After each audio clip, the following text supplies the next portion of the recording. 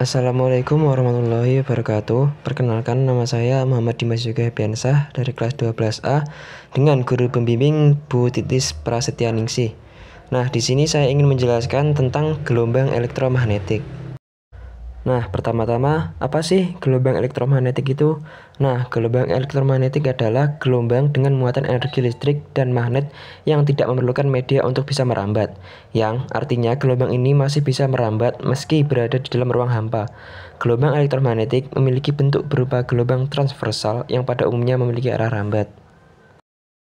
Nah, selanjutnya perambatan gelombang elektromagnetik. Gelombang elektromagnetik dihasilkan dari perambatan medan listrik dan medan magnet yang saling tegak lurus melewati ruang. Teori gelombang elektromagnetik pertama kali dikemukakan oleh James Clerk Maxwell pada tahun 1865 dengan hipotesisnya bahwa perubahan medan magnet dapat menimbulkan medan listrik. Sebaliknya, perubahan medan listrik dapat menimbulkan perubahan medan magnet. Medan listrik dihasilkan dari sebuah muatan listrik, sedangkan medan magnet dihasilkan oleh perubahan medan listrik. Sehingga ketika muatan berosilasi, dihasilkan perubahan medan listrik dan medan magnet. Jika proses ini berulang secara terus-menerus, maka medan listrik dan medan magnet yang arahnya tegak lurus akan merambat dan membentuk gelombang elektromagnetik. Nah, selanjutnya spektrum gelombang elektromagnetik. Gelombang elektromagnetik memiliki rentang frekuensi yang sangat lebar. Urutan rentang frekuensi atau panjang gelombang dari gelombang elektromagnetik ini disebut dengan spektrum elektromagnetik. Gelombang elektromagnetik dihasilkan dari berbagai sumber, misalnya sinar gamma yang dihasilkan oleh peluruhan zat radioaktif dan radiasi kosmik. Sinar X dihasilkan oleh perlambatan elektron berkecepatan tinggi secara tiba-tiba dalam tabung ruang hampa, sedangkan gelombang mikro dihasilkan oleh tabung elektron.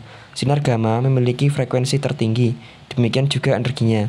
Energi radiasi yang berasal dari peluruhan radioaktif ini mampu mengionisasi atom lain, sehingga sangat berbahaya jika seseorang terpapar radiasi sinar gamma. Lalu ada cahaya tampak yang merupakan spektrum gelombang elektromagnetik yang dapat dilihat oleh mata. Cahaya tampak diemisikan oleh benda panas seperti matahari dan filamen lampu. Cahaya tampak mulai dari sinar merah dengan panjang gelombang terpanjang sampai sinar ungu dengan panjang gelombang terpendek. Panjang gelombangnya antara 400 nanometer sampai 750 nanometer. Sinar merah, ungu, dan cahaya tampak lainnya dikenal dengan cahaya monokromatik, yaitu cahaya yang hanya memiliki satu warna atau satu panjang gelombang. Sinar matahari merupakan cahaya polikromatik, yaitu cahaya yang dapat diuraikan menjadi spektrum cahaya monokromatik. Selanjutnya, jenis-jenis gelombang elektromagnetik. Nah, gelombang elektromagnetik ini terbagi menjadi 7 jenis, yaitu yang pertama ada sinar gamma, yang kedua ada sinar X, yang ketiga ada sinar ultraviolet, yang keempat ada cahaya tampak, yang kelima ada inframerah, yang keenam ada gelombang mikro, dan yang terakhir ada gelombang radio. Nah, selanjutnya pemanfaatan gelombang elektromagnetik. Yang pertama, pemanfaatan sinar gamma dan sinar X. Gelombang elektromagnetik banyak dimanfaatkan dalam kehidupan sehari-hari sesuai dengan tingkat energinya.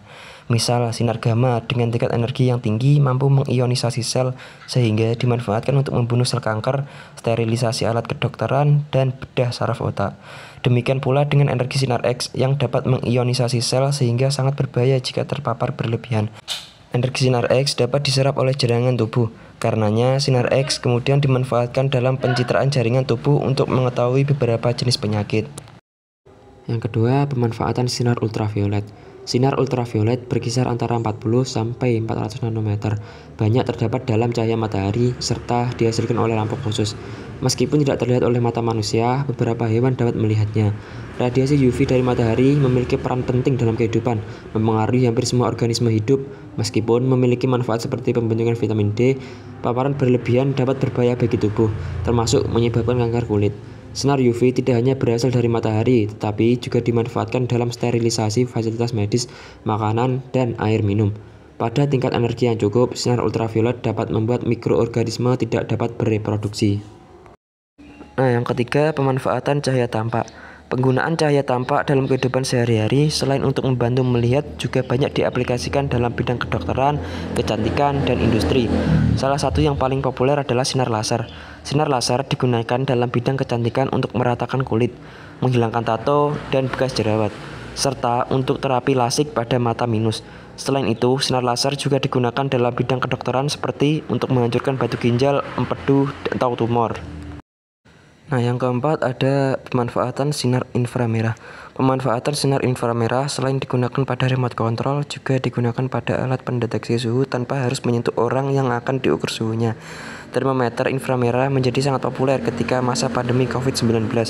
Prinsip kerjanya memanfaatkan fakta bahwa setiap orang akan memancarkan radiasi inframerah karena suhunya yang di atas 0 Kelvin. Radiasi inframerah yang dipancarkan seseorang akan dikumpulkan oleh lensa menuju sensor yang disebut thermofile.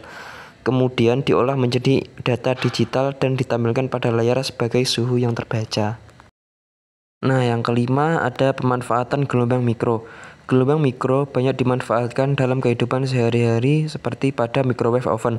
Frekuensi yang digunakan lebih rendah antara gelombang mikro dan gelombang radio, yaitu pada frekuensi 450 sampai 1800 MHz.